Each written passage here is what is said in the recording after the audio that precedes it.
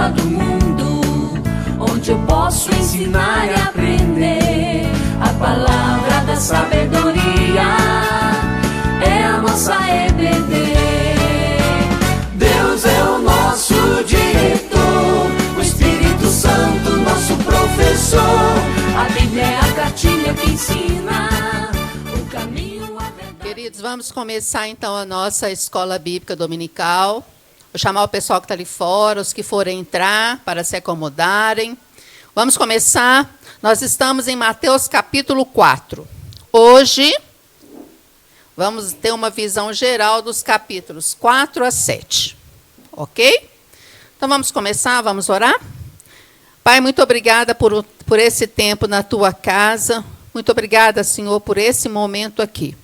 Te agradecemos pelas bênçãos, te agradecemos por esse dia. Te agradecemos por esse local onde estamos. Obrigada, Senhor, pelas vidas que já estão aqui. Abençoe, Senhor, aqueles que não puderem vir. Acompanhe, Senhor, os que estão no caminho. Senhor, dai-me sabedoria e que eu fale somente a tua palavra, nada além da tua palavra. Muito obrigada, Senhor. Eu te agradeço pelas bênçãos recebidas. Em nome de Jesus. Amém. Queridos, nós estamos em Mateus. Abre aí na sua Bíblia. Vamos acompanhar. Mateus capítulo 4. Mateus 4. Nós estamos estudando em blocos, tá? Cada domingo a gente tem uma sequência. São 5 sequências, eu estou na segunda, ok? E hoje nós vamos começar então com esse capítulo 4, que se você observar aí na sua Bíblia, está aí, a tentação de Jesus, tá? Então vamos lá. A gente vai observar que quando a gente observa os 3 aspectos da tentação de Jesus, são as mesmas coisas pelas quais nós passamos, nada além, né? Jesus passa pelas mesmas coisas que nós passamos. E aí a gente vai ver que Jesus tem um jejum de 40 dias, né? Ele vai para o deserto, ali jejua 40 dias. E aí, na Bíblia, nós vamos ver que 2 outros personagens tiveram esse jejum, né? Que foi Moisés, que ele passa também por um jejum no deserto, e Elias. Elias também passou por esse jejum. Tá? Então, esses 3 personagens vão passar por esse jejum. E, na realidade, a gente vai ver que Jesus está preparando para o seu ministério, né? Ele chegou numa etapa da vida dele, em que ele agora daria início ao seu objetivo aqui na Terra. E aí, entra em ação o inimigo, e ele vai em 3 áreas específicas da vida de Jesus, e que são as nossas áreas, ele vai provocar, né? E quer uma reação. A primeira área que Jesus passa, né? E aí vem a tentação, é a questão da carne. Né? São as nossas necessidades físicas, aquelas com as quais nós precisamos para a nossa sobrevivência. E aí, né, quando a gente vê Jesus passando pela essa necessidade física, da questão da carne, né, ele tem uma resposta. Aliás, uma resposta muito específica. Alguém sabe, para esse primeiro passo, qual foi a resposta de Jesus? Nem só de pão viverá o homem, mas de toda a palavra que vem da boca de Deus. Claro que o inimigo não se deu, né, por vencido, né? Aliás, em nossas vidas, ele está sempre aí rondando. A segunda área pela qual ele vem é a área da soberba, né? E aí a gente passa por essas questões na nossa vida também. Aquela necessidade emocional, né? Pelas quais nós passamos. E aí Jesus, mais uma vez e outra vez, né, ele dá uma resposta muito específica para o seu inimigo. Bem, claro que ele não se deu por vencido, né? Ele falou assim, vamos tentar mais uma área, né? Vamos ver, vamos abrir os olhos. Abra seus olhos, Jesus. Olha para tudo que você está vendo aí. Olha para tudo. Estende seus olhos. Olha tudo que você tem para você. Né? E aí, a gente vai ver o seguinte, nós também somos assim, né?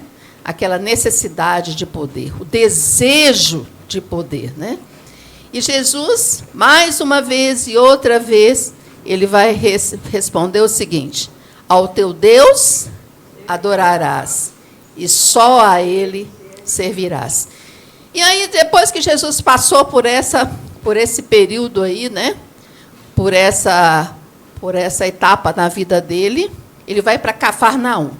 E aí, uma característica interessante que eu vi dessa região, era uma região que não tinha tantos judeus. Né? Então, Jesus vai agora para um território em que não tem tantos judeus. E ali, chegando ali, naquela região, o povo viu uma grande luz, né, com a chegada de Jesus. E nessa região, a região de Cafarnaum, Jesus vai chamar os seus primeiros discípulos. Alguém sabe quem são os primeiros discípulos que ele chama? Pedro.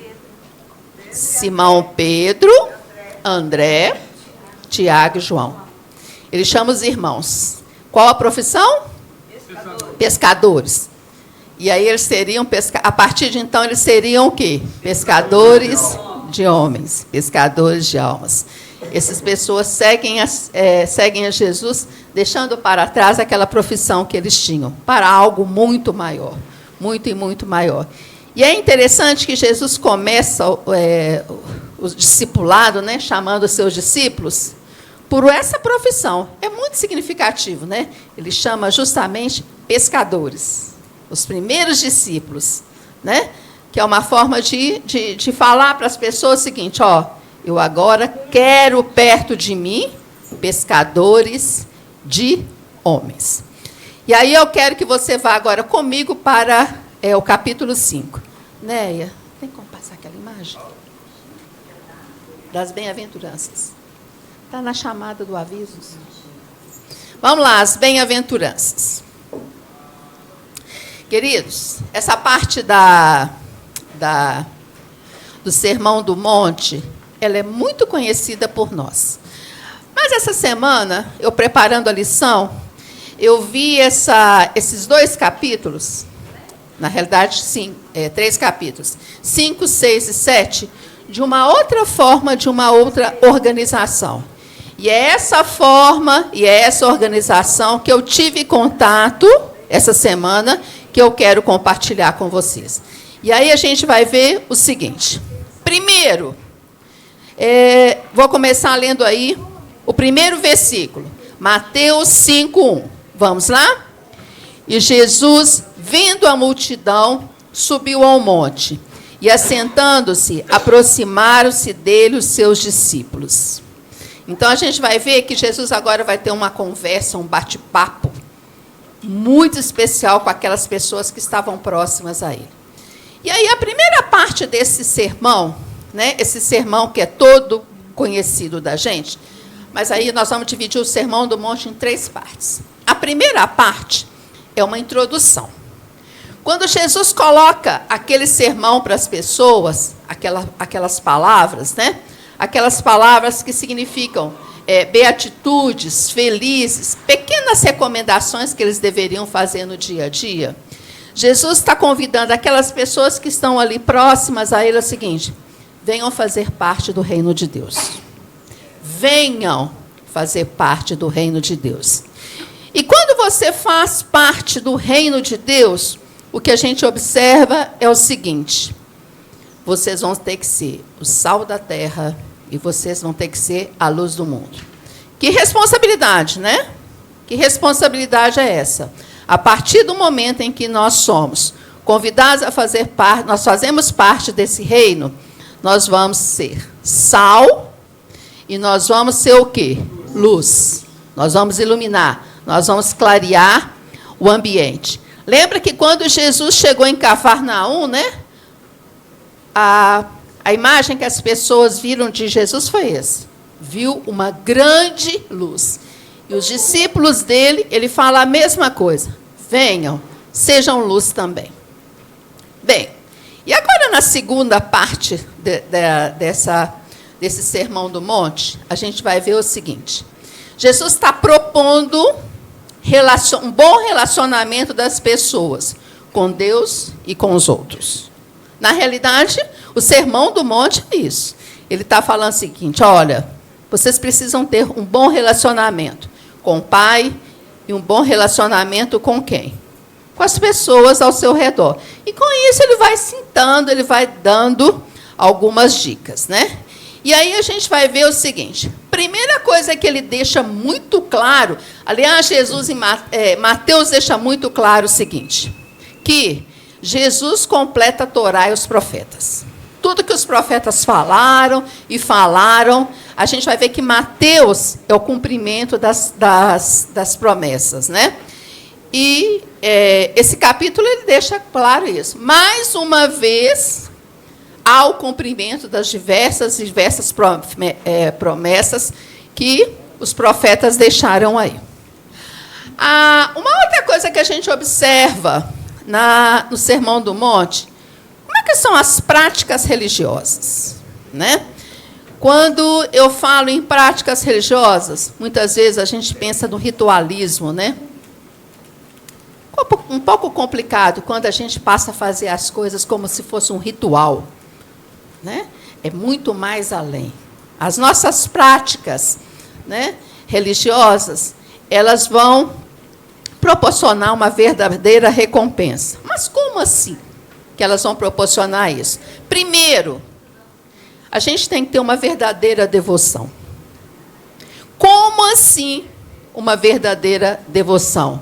Através da generosidade, das coisas nossas, de como a gente se relaciona com as pessoas no dia a dia, através da oração, através do quê? Do jejum, né?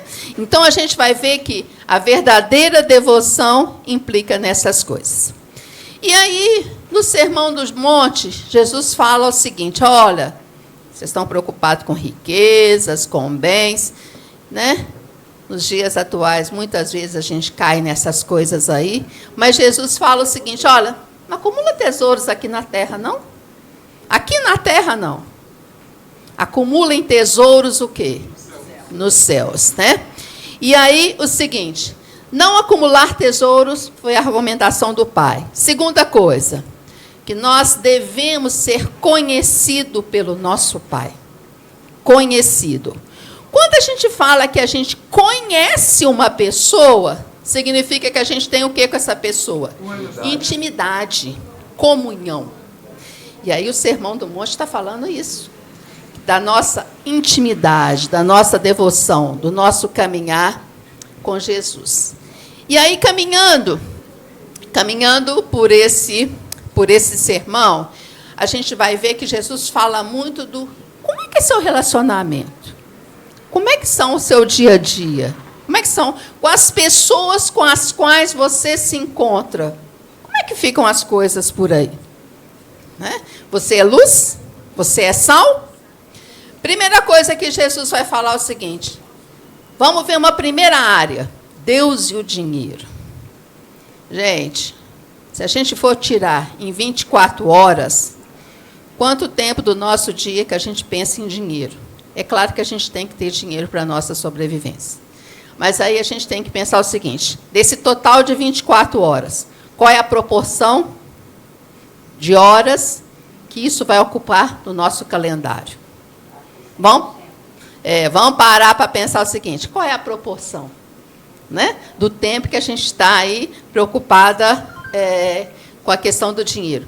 E aí Jesus vem e fala o seguinte, acumula bens na terra, não. Na terra, não. Porque eu vou garantir o sustento de vocês, né? Vocês vão fazer a sua parte, eu faço a minha, mas não acumular bens na terra. Segunda coisa que a gente vai ver na questão dos relacionamentos aqui é Deus e o nosso próximo. E aí nós temos uma boa parte do Sermão do Monte, Jesus falando do nosso dia a dia. Como é que a gente lida com a pessoa que está ao nosso redor? Como é que está essa pessoa que está ao nosso redor. Primeira coisa que ele fala lá, não fica julgando os outros, não, tá? Esse negócio é ficar apontando o dedo para as pessoas. Primeiro você, preocupa com você, preocupa com o seu dia a dia. Esse julgamento não cabe a você. Não julgue os outros. Ele deixa muito claro isso. Segunda coisa que ele deixa muito claro, né? A questão do cisco no olho. Eu acho essa expressão interessante, o seguinte. Quando você tem um cisco no olho, o que acontece? Incomoda. Mas, além de incomodar, o que provoca? Não enxerga, né? Você passa o quê? A não enxergar. Né? Então, muitas vezes, a gente tem, em relação às pessoas, em relação ao nosso próximo, um verdadeiro o quê? Cisco no olho. A gente não quer realmente enxergar o quê? Enxergar a realidade. E uma coisa que Jesus fala no sermão, ele vai falar o seguinte. Seu Gil, está aqui, aqui na frente. Uma coisa que Jesus fala e deixa bem claro no sermão o seguinte. Peçam a Deus sabedoria. Peçam a Deus sabedoria. Sabedoria para quê? Para você lidar com todas as pessoas. Sabedoria para lidar com todas as pessoas. E aqui Jesus, num dado momento, ele vai dar uma regrinha de ouro. Aquela coisa que a gente tem que colocar bem em destaque na nossa vida. É o seguinte, fazer aos outros o quê? O bem. O bem. Fazer o bem. Fazer o quê? Você faça aos outros o que quer que as pessoas o quê? Façam a você. Se você quer ser bem tratado, trate bem as pessoas. Se você quer que as pessoas sejam gentis com você, seja gentil com o outro. Né? E aí, meus queridos, para a gente recordar as nossas bem-aventuranças, essas regrinhas de ouro, vamos lá em Mateus 5.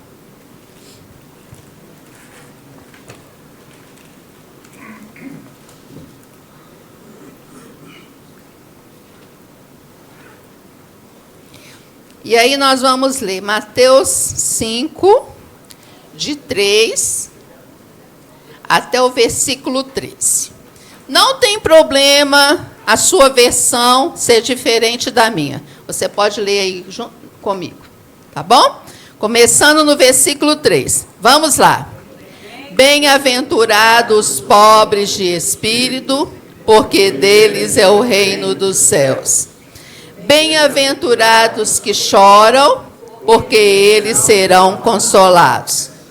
Bem-aventurados mansos, porque eles herdarão a terra. Bem-aventurados que têm fome e sede de justiça, porque eles serão fartos.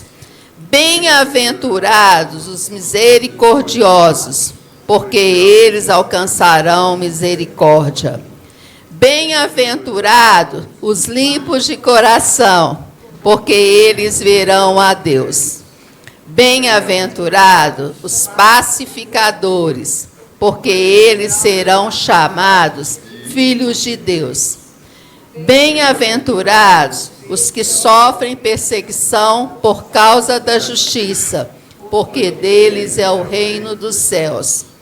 Bem-aventurados sois vós, quando vos injuriarem e perseguirem, e mentindo, disserem todo o mal contra vós por minha causa.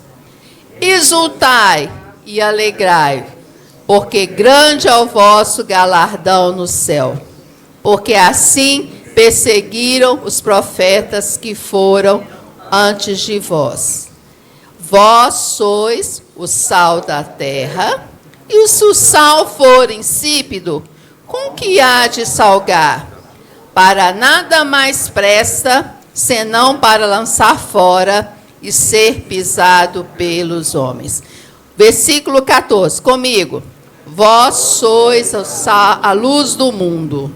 Não se pode esconder uma cidade edificada sobre o monte. Olha, queridos, os versículos 14 e 15 é uma chamada para a gente nos dias atuais, né? Temos sido sal da terra, por onde estamos, por onde andamos, essa é a nossa realidade. Segunda coisa que a gente tem que pensar, nós somos luzes. As pessoas nos identificam assim, né? Como uma pessoa que espalha o bem, como uma pessoa que tem uma proposta diferente, principalmente nos dias atuais. Será que é assim que somos conhecidos? Será que é assim que nós somos conhecidos? E aí o Sermão do Monte, as bem-aventuranças, está trazendo isso para a gente. Que nós somos felizes quando nós fazemos essas coisas. Muitas vezes, hoje, a gente está procurando uma felicidade lá na frente, num tempo em que a gente nem sabe se vai existir. Se você pensar bem, a gente nem sabe se amanhã estaremos o quê? Vivos. Eu não sei. O meu dia pertence a Deus. Então, a nossa preocupação tem que ser com o quê? Com hoje. Com o que a gente faz hoje. Não que com isso a gente vá ter atitudes inconsequentes. Eu não estou falando isso. Mas não aquela preocupação excessiva, né? Em estar sempre preocupado com amanhã, com amanhã, com amanhã. Faça o bem hoje. E é desse dia que nós vamos prestar o quê? Contas a Deus. Quando eu penso nessa questão, né, que de cada momento, do que eu faço de cada dia, que é o que eu vou prestar contas a Deus, a gente passa a ter mais responsabilidade com a nossa vida, né? Nós temos que ser mais responsáveis com o nosso tempo, né? Com o que a gente faz, com as nossas atitudes. Com as nossas atitudes. Primeiro com Deus. Qual é o lugar que Deus ocupa em nossa vida? Né? A nossa devocional é quanto tempo? É quanto tempo a sua devocional? Não estou perguntando se é de horas. Eu não estou perguntando isso. Eu estou falando a qualidade. Qual a qualidade do seu relacionamento com o Pai? Há realmente uma intimidade? É para Ele que a gente conta todos os nossos problemas? Às vezes eu fico pensando, né, quando eu estou fazendo oração, é o seguinte: eu estou contando tudo para o Pai? Ou eu conto os meus problemas, eu conto as minhas aflições para um amigo, para um colega, para alguém que me liga? Aí eu choro, faço todas aquelas lamúrias. Mas aí a gente tem que parar e pensar o seguinte: e o nosso Pai, Ele sabe de tudo? Ele sabe de tudo que nós estamos passando? É para Ele que realmente contamos? E com detalhe, muitas vezes, para essas pessoas que a gente conta, que a gente fala, nem sempre vai ter uma atitude muito legal com que ela ficou sabendo. Mas o nosso Pai, não. Ele está ali. Ele está pronto. Ele está pronto para nos ouvir. E a outra coisa que a gente tem que pensar, e com o nosso próximo, como é que está sendo? Na nossa família, como é que nós estamos sendo identificados? A gente tem um papel diferente na nossa família? O Sermão do Monte está apontando para isso. O seu relacionamento com Deus e o seu relacionamento com o quê? Com as pessoas, com o próximo. E aí, meus queridos, a gente tem o término do Sermão do Monte de uma forma muito interessante, né? Jesus mostra, Jesus fala o que a gente tem que fazer, mas Ele não impõe as coisas para a gente, não. Na realidade, a gente vai ver o seguinte: quando Jesus fala, faça isso, Ele dá as dicas para a gente, Ele, na realidade, está falando para a gente o seguinte: cabe a você agora o quê? Fazer a sua escolha. Qual a escolha que você está fazendo? Qual é o caminho que você está tomando? E aí, no final do sermão, ele vai falar o seguinte: escolha o que você vai fazer. Qual atitude que você vai ter o quê? Com Deus e com o seu próximo. E aí nós vamos ver que no final do sermão, ele vai apresentar para a gente 3 imagens. Aliás, Jesus era especialista nisso, né? Quando a gente pensa que Jesus tinha uma multidão que o acompanhava, e aí a gente vai ver, né, que à medida que a sua obra passava a ser conhecida, os seus milagres, as pessoas, claro, que iam procurar o mestre, claro. E ali tinha pessoas de todo tipo. E Jesus precisava o quê? Atingir o coração das pessoas. Ele precisava falar direto para o coração das pessoas. E, normalmente, Jesus escolhia o quê? Imagens, parábolas, coisas do dia a dia. Ele não falava frases que as pessoas não entendiam. Essa não era a proposta dele. Ele pegava coisas lá do dia a dia, lá do cotidiano das pessoas, e, através dessas coisas, ele passava a mensagem. E aí ele vai passar 3 imagens para a gente. Olha, você pode fazer uma escolha. 2 portas. Você pode fazer uma escolha na sua vida. 2 portas. Tem 2 portas na sua frente. E aí, quando você abre, você toma o caminho da porta A, ou você toma o caminho da porta B, o que vai ser da sua vida? Você vai ter vida, ou você vai ter o quê? Destruição. É aquilo que a gente escolhe fazer todos os dias, e todos os dias, vai nos levar a um processo de quê? De vida, ou um processo de destruição. Cabe a nós o quê?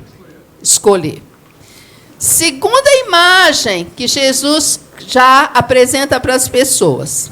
E aí ele vai falar o seguinte, olha, 2 árvores. 2 árvores que tem aí. Uma árvore, você olha para ela, nossa, quantos frutos.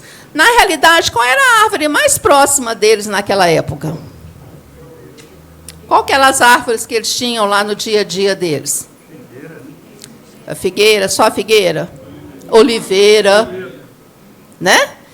Eram as árvores que eles tinham ali mais próximas no dia a dia. Tinha outras, mas essa que a Bíblia fala assim, com muita ênfase. E aí ele fala o seguinte, olha, tem 2 árvores.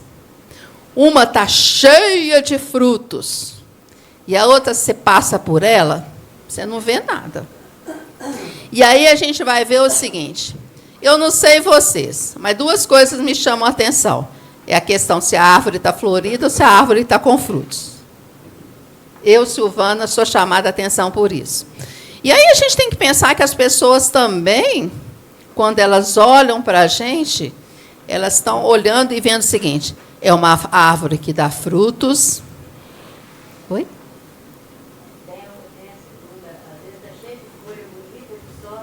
É, folhas e mais folhas, mas fruto que é bom, nada.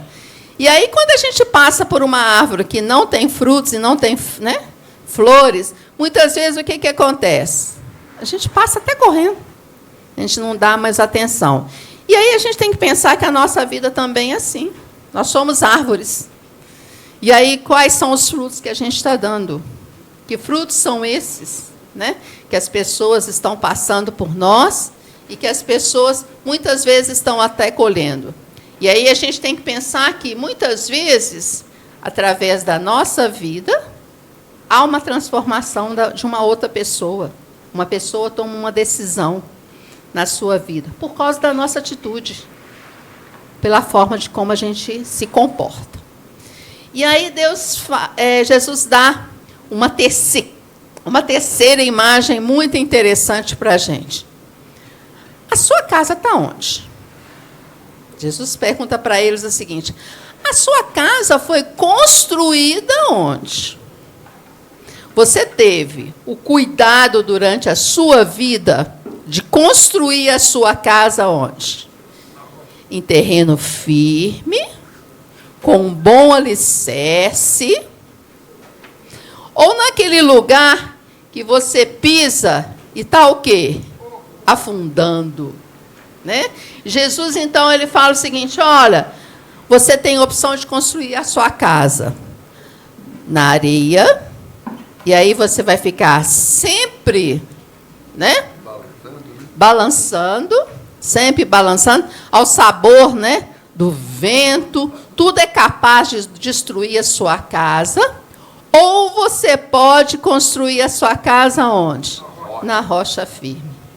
E quando a gente coloca a nossa casa na rocha firme, Jesus fala o seguinte, você fez uma boa escolha.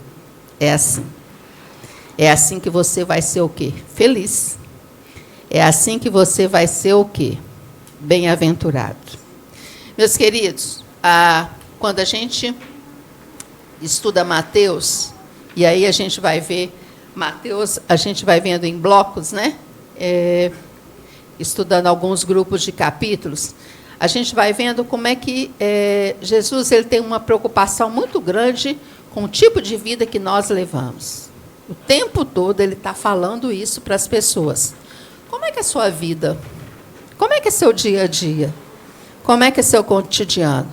E ele se preocupava muito com as pessoas. Tanto se preocupava com as pessoas, que as pessoas, quando chegavam para ele, sendo uma criança, uma mulher, alguém doente, ele não desprezava essas pessoas, não. Muito antes, pelo contrário. Deixa chegar até mim. Né? Ele teve a gente lembra, né, em Mateus, dele falando das crianças, deixa as crianças ficar perto de mim, elas precisam aprender. Deixa essa mulher tocar em mim, porque ela precisa de algo. Deixa os enfermos, deixa as pessoas que têm problemas mentais chegarem perto de mim, porque eles precisam de uma vida, e de uma vida em abundância. E aí a gente tem que pensar o seguinte, quando Jesus esteve nesse mundo, ele teve uma preocupação muito grande com a vida que a gente tem, com o nosso cotidiano, com o que a gente faz da nossa vida. Cabe a nós fazer uma boa o quê? Escolha. Vamos pedir a Deus, então, o quê? Sabedoria. Sabedoria para a gente ter boas atitudes. Sabedoria para que, através das nossas vidas, almas sejam alcançadas. Quantas pessoas são na nossa família que estão aí afastadas? É através do nosso testemunho. E aqui uma coisa que eu tenho falado, que eu tenho visto isso muito, muito próximo. Muitas vezes não é ficar falando versículos da Bíblia, não que a gente vai deixar de falar, mas é através de atitudes. As pessoas querem ver atitudes na nossa vida, se realmente aquilo que a gente fala é verdadeiro. Que a gente continue lendo Mateus, a gente vai continuar nessa sequência. No próximo domingo, a gente tem a terceira parte e vamos continuar com esse livro aí. Tá? Natan, vem cá, por favor. Vamos encerrar a nossa escola. Estaremos aí no próximo domingo, com a graça e a misericórdia de Deus. Vem cá, Natan. Só para sinalizar, né? Hoje nós vimos os capítulos 4 a 7. No próximo domingo, nós vamos ver os capítulos 8 a 10. Tá? E aí a gente vai seguindo com esse livro. Natan, ore, por favor, principalmente para aqueles alunos que, por algum motivo, não estão aqui, né? Nós temos pessoas enfermas, debilitadas, pessoas que gostariam muito de estar aqui, muito, mas por algum motivo não estão. E nós vamos estar, então, pedindo a Deus por essas pessoas também. Antes de orarmos, a irmã Silvana posta no grupo, toda semana, a aula de domingo. Então, os irmãos que não vieram, estão em casa, podem participar.